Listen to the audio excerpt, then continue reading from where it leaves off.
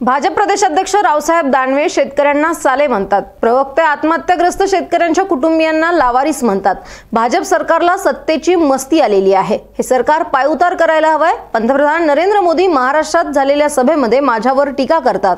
त्यामुळे माझी बिनपैशांची जाहिरात होत असल्याचा टोला राष्ट्रवादीचे अध्यक्ष शरद पवार यांनी तासगाव येथे बोलताना पंतप्रधान नरेंद्र मोदींना लगावलाय.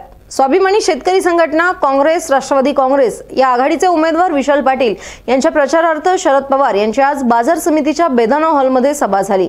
विशाल पाटील यांच्या प्रचारार्थ आयोजित सभेत शरद पवारांनी बॅट हातात घेऊन बॅटिंग करत विशाल पाटील आणि राजू शेट्टी यांना लोकसभा निवडणुकीत निवडून देण्याचं आवाहन केलंय.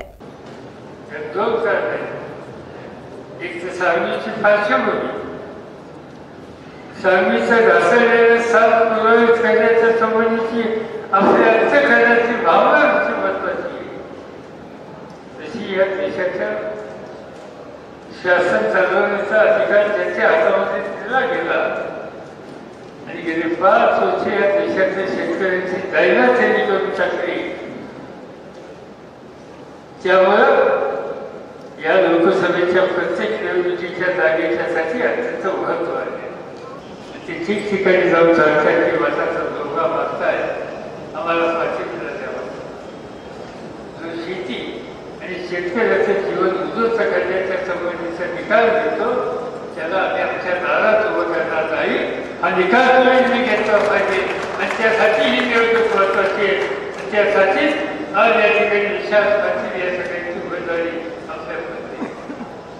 आज सत्तेची मस्ती सुद्धा त्या भाजपवाल्यांना इतकी आलेली की महाराष्ट्राच्या भाजपचे अध्यक्ष त्यांचं नाव दानवे. मला वाटतं या दानवेंचा एक सभा होती जालन्यावर आणि त्या सभेमध्ये त्या शेतकऱ्यांचं काहीतरी सांगत होते. एक शेतकरी उठला आणि त्यांनी सांगितलं की माझ्या तुझीचे पैसे मिळाले नाही, माझ्या तुझीला भाव नाही, माझ्या कापसाला भाव नाही. दानवेंनी काय उत्तर दिलं? एखादा समजदार असता तो बोलला असता, समजून घेतलं असतं, दुरुस्त केलं असतं.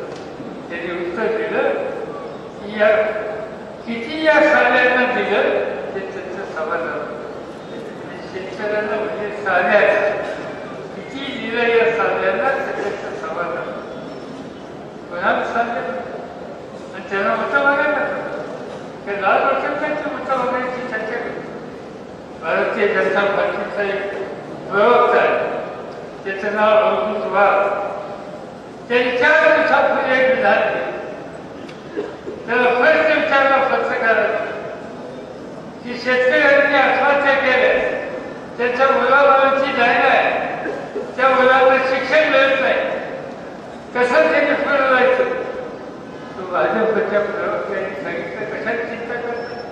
ती सगळी देवाची फक्त लावारिस आहे. ज्या शेतकऱ्यांनी आत्महत्या केली दुर्दैव आहे त्याच्या मुलांच्यासाठी काहीतरी करण्याच्या संबंधीचा अधिकार तुमच्याकडे असताना तो अधिकार न घालता तुम्हीच्या मुलांना देवाची म्हणतात.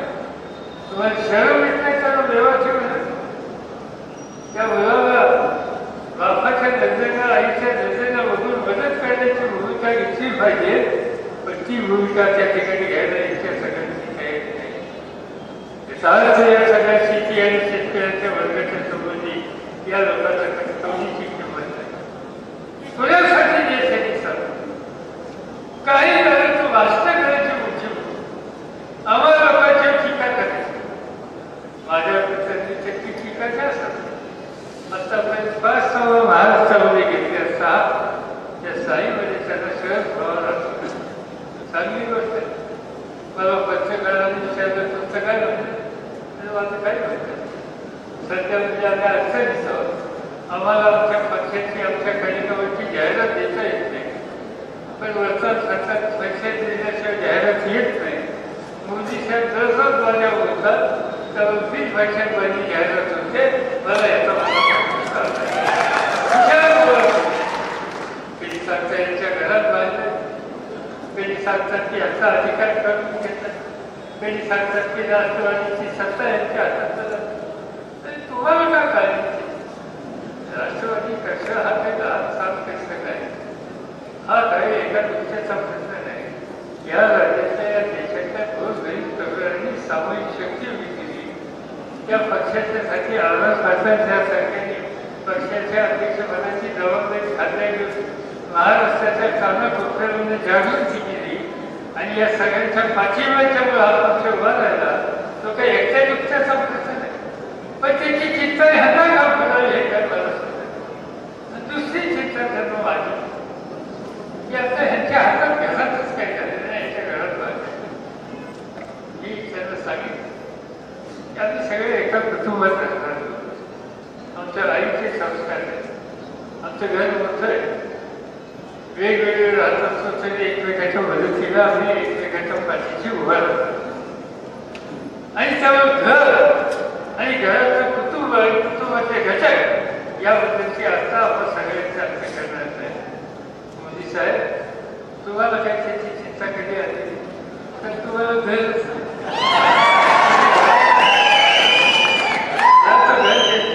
मला माहिती नाही, पण मला हे फक्त माहिती आहे की यांचं घर काही करतं नाही. कधी जातो पंतप्रधानांच्या मिटिंगला त्या घरात दिसत नाही आणि मग त्याला घरच माहिती नाही, घर करायचं माहिती नाही, घर सांभाळायचं माहिती नाही. दुसऱ्याच्या घरात होता तुम्ही कशाला आणि म्हणजे सगळ्या एकच होणार त्याचा हा भाग सोडा. पण जाईल त्या ठिकाणी सांगतात की या देशाचं रक्षण करण्याची ताकद ही माझ्यामध्ये. चांगली गोष्ट, देशात संकट आलं तर आम्ही राजकारण करत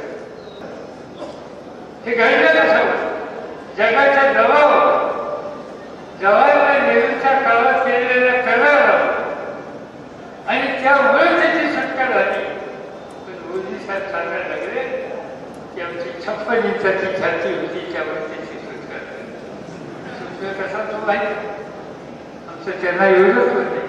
तुमची 56 इंचाची छाती होती म्हणून तो जेव्हा तो अधिकारी सोडला गेला तर गेले 3 वर्ष कुलभूषण जाधव महाराष्ट्रातला एक सैन्य अधिकारी पाकिस्तानच्या तुरुंगामध्ये त्याला कसून तुमची 56 इंचाची छाती इथे काय 15 इंचाची काय कुलभूषण फायदेची अजूनही तिचा कुलभूषणचे घरचे लोक बघायला गेले तर त्याला बघायला सुद्धा संधी दिली अशी काच लावली काचेच्या पलीकडे ठेवला आणि लांबून ठेवला जातो ही जायला आणि 56 इंचाची गोष्टी करते. तुमच्याकडून या देशाचं रक्षण होईल त्याचा आमचा खराचा विश्वास नाही. भाजपवाले देशाचं रक्षण करते त्याचा विश्वास सहज.